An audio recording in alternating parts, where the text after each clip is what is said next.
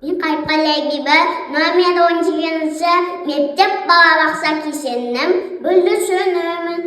Уайымғали Әлдәнов. Кішкентай қазақ. Мен кішкентай қазақпын, мектебімде оларпын.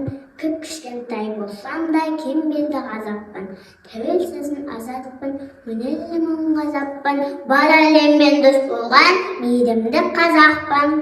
Жолын сақтаймыз, ана сүтін ақтаймыз. Ешкімге де ешқашан туған жерді сатпаймыз. Жақсылыққа сақтаймыз, жамандыққа баспаймыз. Барлық елмен дос болып, туған жерді сатпаймыз. Қазақ дейтін елде, әкем туған кезде, ата жолын жалғап, туып өстім менде. Ән саламын салқып, домбырамды тартып, басқа жерден маған туған жерім артық.